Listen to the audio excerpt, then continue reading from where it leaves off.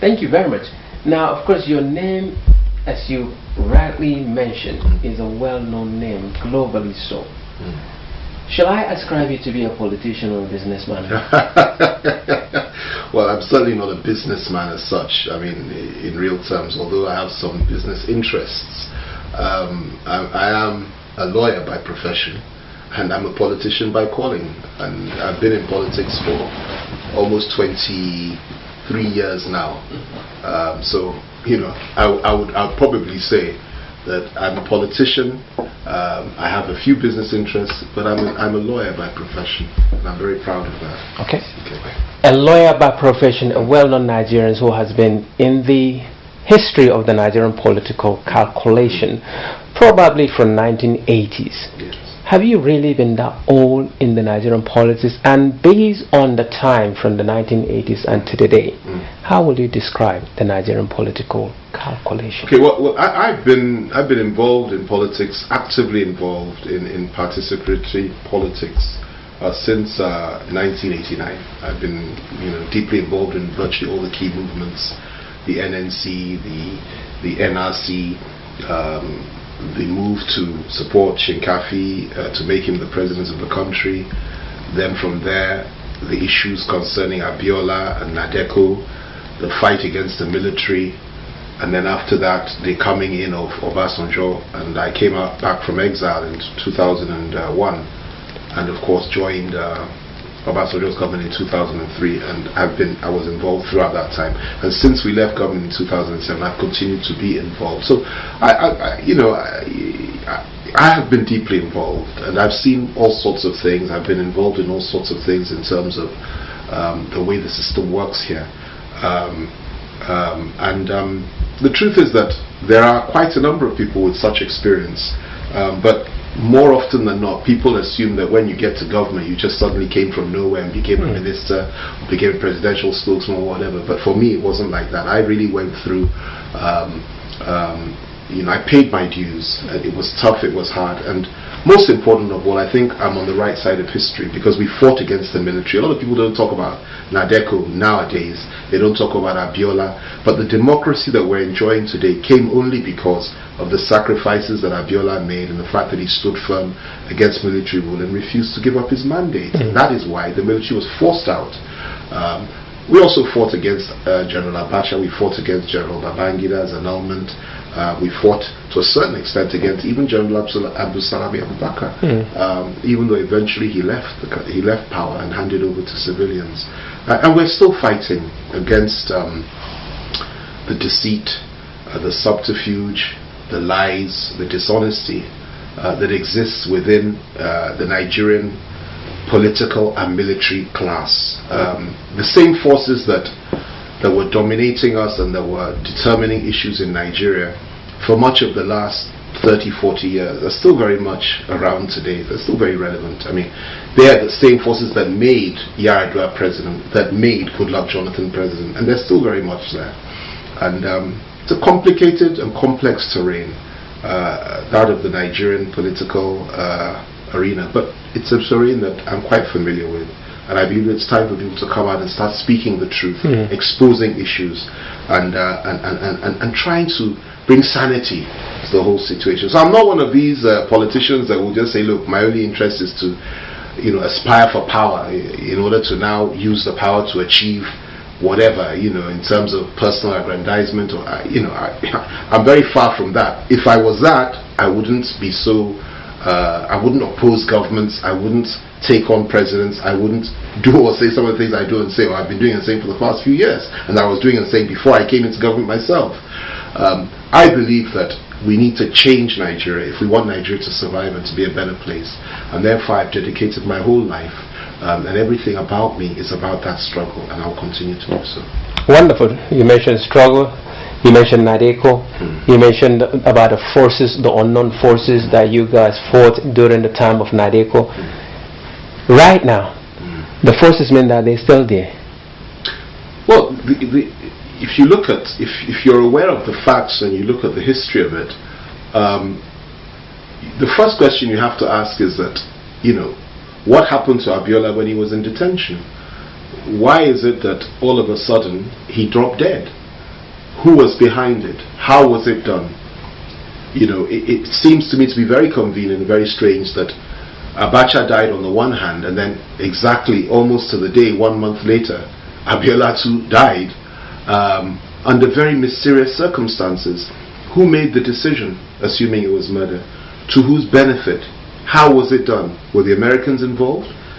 The Abdul Salami government? Do you think the Americans are involved? Do you think there are some Nigerians that are culpable towards the prison murder? No doubt whatsoever. And you know, we can talk about this now. For a number of years, this was a taboo subject. Nobody wanted to talk about it.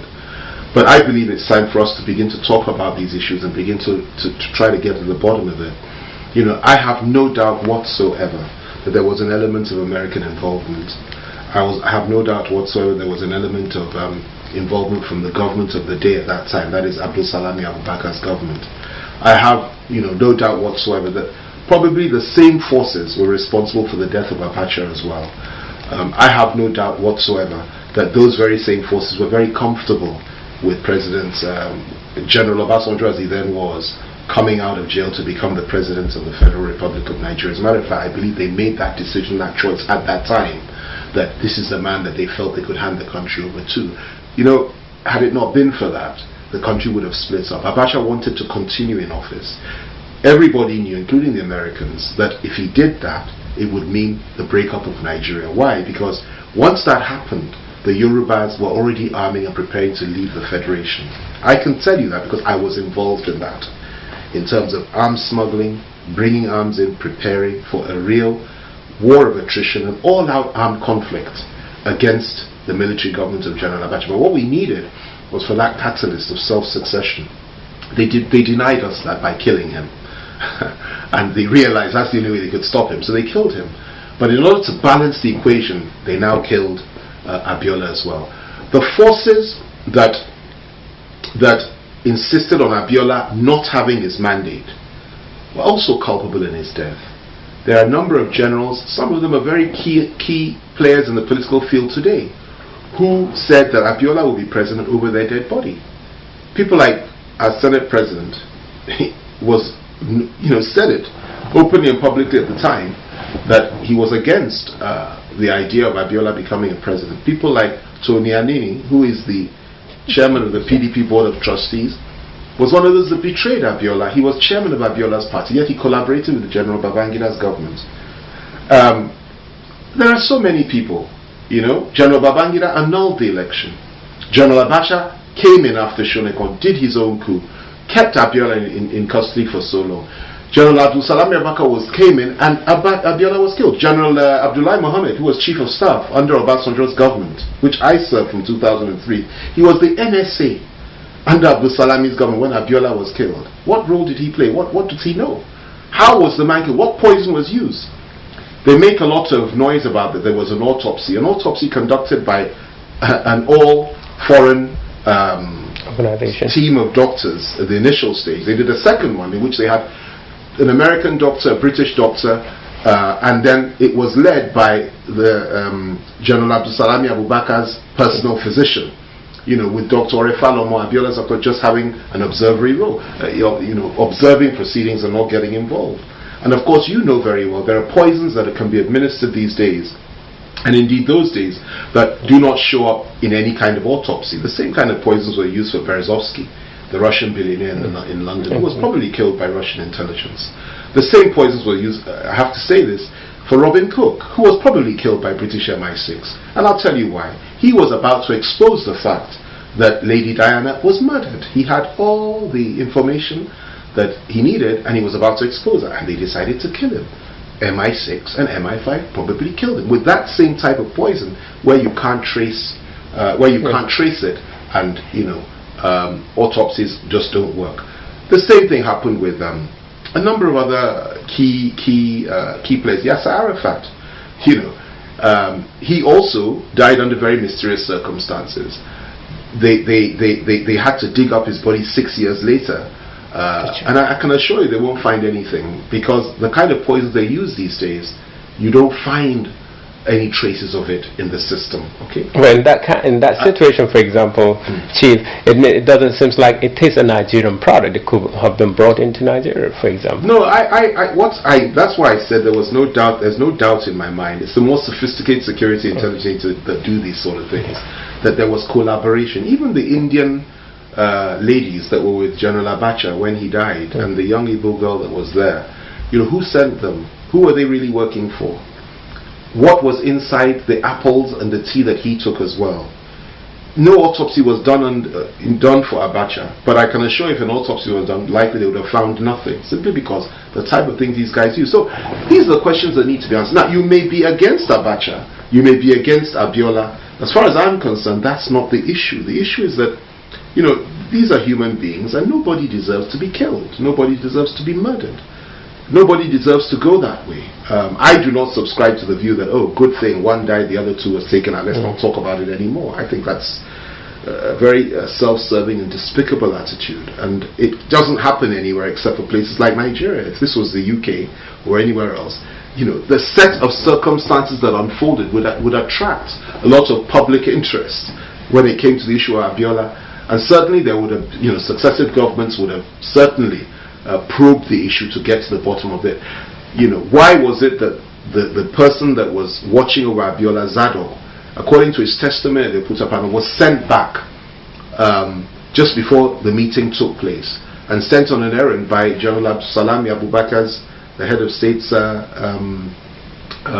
chief security officer? It seems to me to be very convenient. The 1 hour in which he was killed was the only 1 hour in the whole of 4 years that he wasn't under the protection, supervision, and custody, literally, of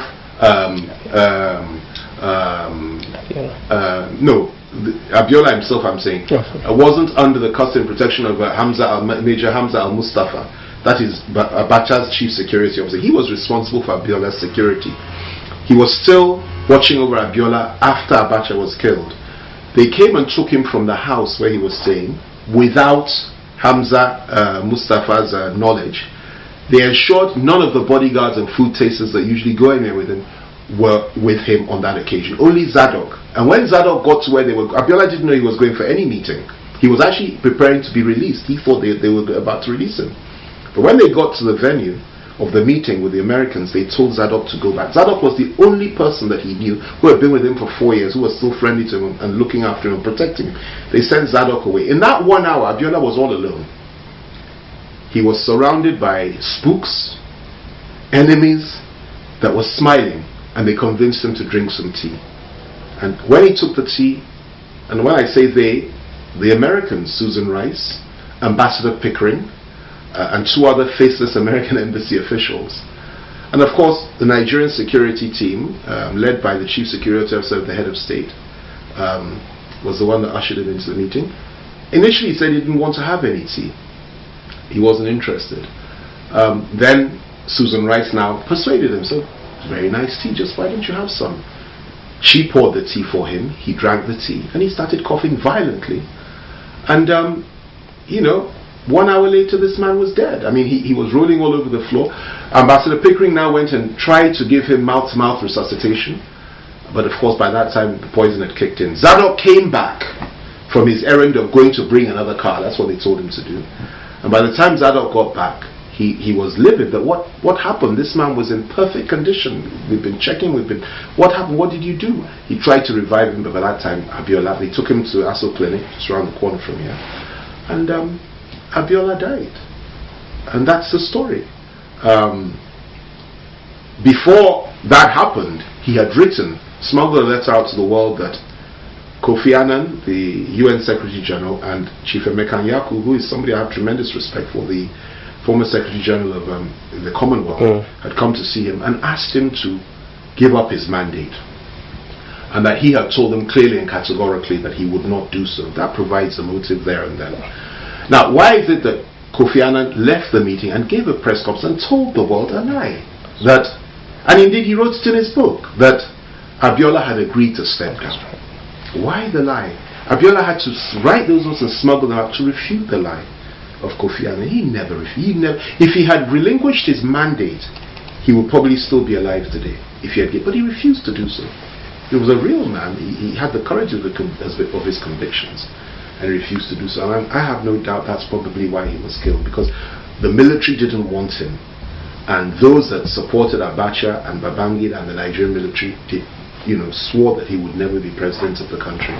And if they had to take Abacha out, it means that they also have to take him out to balance the equation. General Bamai is another person that needs to explain himself. I mean, they're all still alive, and I'd be delighted. I'd be glad to have a public debate, one-on-one, live TV, as long as it's live, so that there's no question of cutting things out with any of these people.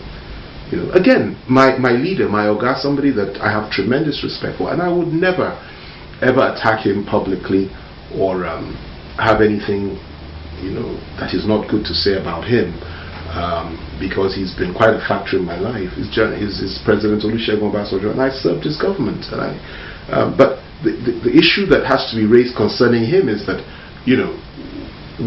how did he feel he could have become president if Abiola had lived? And is it true that he asked them, he told them that, look, as long as Abiola is alive and well and he's around, it will be very difficult for me to be president? And they now said, well, we'll take care of the situation, whatever that means. I frankly haven't asked him this, I think I probably will the next time we sit down and talk. But one thing I did do throughout my time as a minister and spokesman to President Obasanjo, I was one of those, together with Julius Ihobere, who is now the SGF for the government of Edo State, and Akim Shutoku, who is a good friend of mine. The three of us were all close to Obasanjo. We worked closely with him. We were known as the Nadeco ministers and the Nadeco advisors. We were in Obasanjo's government, but we were very, very sensitive to the issues of Abiola and Nadeco and the struggle. And we always kept the flame alive. We kept on talking to President Obasanjo about our aspirations for the country, that is sovereign national conference, restructuring, devolution of power, and so on and so forth. We were fighting that cause from within. I was a firm believer and supporter of the OPC, and I still am. We did that as well. And Aki and I did that, and one day Obasanjo actually threw us out of the villa for being OPC supporters. And so what I'm trying to say is that it's not as if we kept quiet whilst we were there. We did it, but these questions, everything has its time. 20 years after the annulment, 15 years after the murder of Chief Abiola and Abacha, these questions now need to be answered, and I will continue to ask these questions.